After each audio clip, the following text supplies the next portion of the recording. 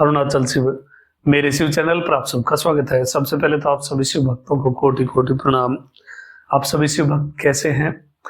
इस वीडियो में हम बात करेंगे भगवान शिव की पूजा चैत्र मास में किस प्रकार से करनी चाहिए, क्या विशेष चीजें हमें शिव पूजा में ऐड करनी चाहिए और कौन कौन से विशेष उत्सव आने वाले हैं। जो भी कुछ विशेष उत्सव आता है मैं प्रयास करता हूँ कि आप सभी शिव भक्तों के साथ वो शेयर करूं, उसकी पूजा विधि बताऊं, ताकि आप जो चीजें छिपी हुई थी अब तक उन सब से अवगत हो और स्वामी की पूजा एक बड़ी चाह के साथ, एक उत्साह के साथ उस उत्सव को आप सेलिब्रेट कर पाए। तो चैत्र मास में भी ऐसे उत्सव आ रहे हैं और कुछ विशेष उत्सव आ रहे हैं जो पिछले वर्ष शायद कि जो शिव भक्त पहले से जुड़े हैं उन्होंने किए थे, वो डेट भी आएंगी और वो उत्सव भी हम करेंगे। इस वीडियो में हम बात करेंगे चैत्र मास में किन विशेष द्रव्यों से हमें शिव पूजा करनी चाहिए। तो जो सबसे विशेष द्रव्य है चैत्र मास में शिव पूजा के लिए वो है दमनक या फिर कलपत्रक या फिर नागहोल जिसे कहा गया है। दमनक या दौना ये विशेष पत्र है जिससे शिव पूजा करनी चाहिए, किंतु ये उपलब्ध नहीं है और बहुत सारे क्षेत्र ऐसे हैं और हो सकता है कि बहुत सारे शिव भक्त ऐसे हों कि जिन्होंने पहली बार इस चीज का नाम सुना हो। तो ये विशेष द्रव्य जो कि चैत्र मास के लिए वर्णित है, इसके लिए श्लोक भी आता है चैत्रे दमनके पूजा, जो हर महीने के लिए अलग अलग मेंशन है, उसमें चैत्र मास में दमनक वर्णित है। और माता सती भी दमनक पत्रों से शिवलिंग पूजा करती थी। और जो शिव पुराण में एक श्लोक भी आया है, चैत्रे शुक्ल चतुर्दशायाम पलाशेर दमने शिवम।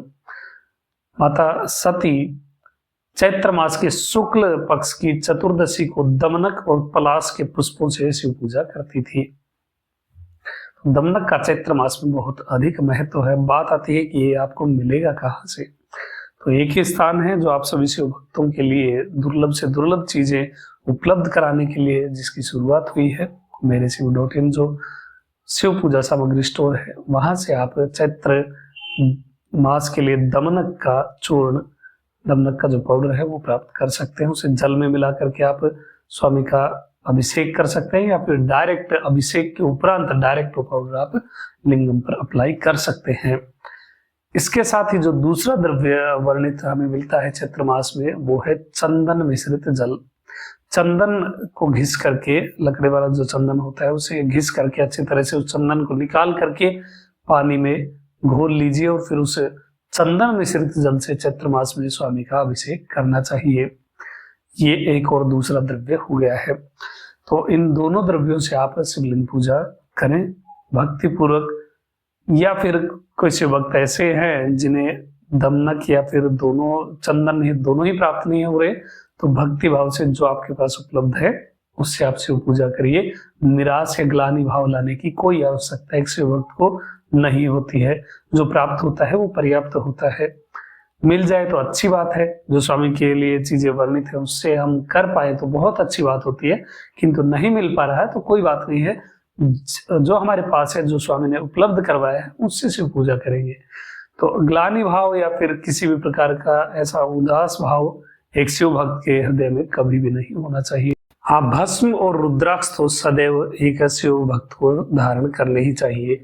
आप बाहर ना कर पाए तो एटलीस्ट पूजा के समय में भस्म से सुशोभित होकर के रुद्राक्ष धारण करके तब आप अवश्य ही शिव पूजा करें। इससे आपकी पूजा का पुण्य भी बहुत अधिक बढ़ जाता है और हमारे स्वामी के चिन्हों को धारण सदैव ही करना चाहिए। जो शिव भक्त ये वीडियो देख रहे हैं मुझे कमेंट में अवश्य ही बताएं कि कौन कौन शिव भक्त भस्म और रुद्राक्ष धारण करने के बाद ही शिव पूजा करते हैं।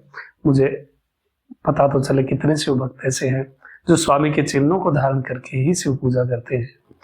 अब बात करते हैं क्या विशेष आप दान चैत्र मास में कर सकते हैं शिव भक्तों के निमित्त, या फिर नॉर्मली भी आप दान कर सकते हैं। तो चैत्र मास के लिए जो दान वर्णित है उनमें तिल है, वस्त्र दान है, घी का दान है, धान्य का दान है यानी जो अन्न का दान है वो भी, और गुड़ आदि ये चीजें आप चैत्र मास में दान कर सकते हैं। और देवी पूजा, अभी माँ आदिशक्ति की पूजा प्रारंभ होने वाली है। क्योंकि चैत्र नवरात्र जब प्रारंभ होंगे तो एक अलग ही उत्साह होता है। इस विशेष उत्सव, इस विशेष पर्व पर आदिशक्ति की कृपा प्राप्ति के लिए एक विशेष प्रकार का द्रव्य, जिसे कि तमिल शास्त्रों में नवगंध कहा गया है, जो बहुत दुर्लभ है, उसे तैयार किया गया है। और ये भी आपको वही मेरेशिव.in पर उपलब्ध है। जितना जल्दी हो सके, क्योंकि लिमिटेड ही बनाया गया था, बहुत रहस्यमय विधि से इसे बनाया जाता है, तो ये भी आप प्राप्त कर सकते हैं और देवी पूजा में इसे प्रयोग कर सकते हैं। मां आदिशक्ति के लिए आप इसे अर्पित कर सकते हैं। तिलक वगैरह देवी के विग्रह पर आप लगा सकते हैं माता के, या जिनके पास श्री चक्र है उस श्री चक्र के ऊपर तो अवश्य ही आपको ये नवगंध चढ़ाना चाहिए। और श्री चक्र भी जिन शिव भक्तों को चाहिए वो भी वहां से प्राप्त कर सकते हैं। तो चैत्र मास पूर्ण रूप से आदिशक्ति और परमेश्वर हमारे स्वामी के पूजा से भरा हुआ ये महीना है। और साथ ही एक विशेष उत्सव भी आने वाला है जो चैत्र मास की पूर्णिमा पर होगा। बहुत ही एक एक्साइटेड, उत्साहित रहिए इस उत्सव के लिए, क्योंकि इसके बारे में कुछ विशेष चीजें मैं आपको बाद में किसी वीडियो में अवश्य ही बताऊंगा, जो कि चैत्र मास की पूर्णिमा के लिए होगा। और एक उत्सव जो कि स्वामी का हर महीने के लिए वर्णित है, उसे भी हम सेलिब्रेट करेंगे। अभी तक के लिए इतना ही। आपका दिन शुभ हो, महादेव कृपा करे। अरुणाचल से।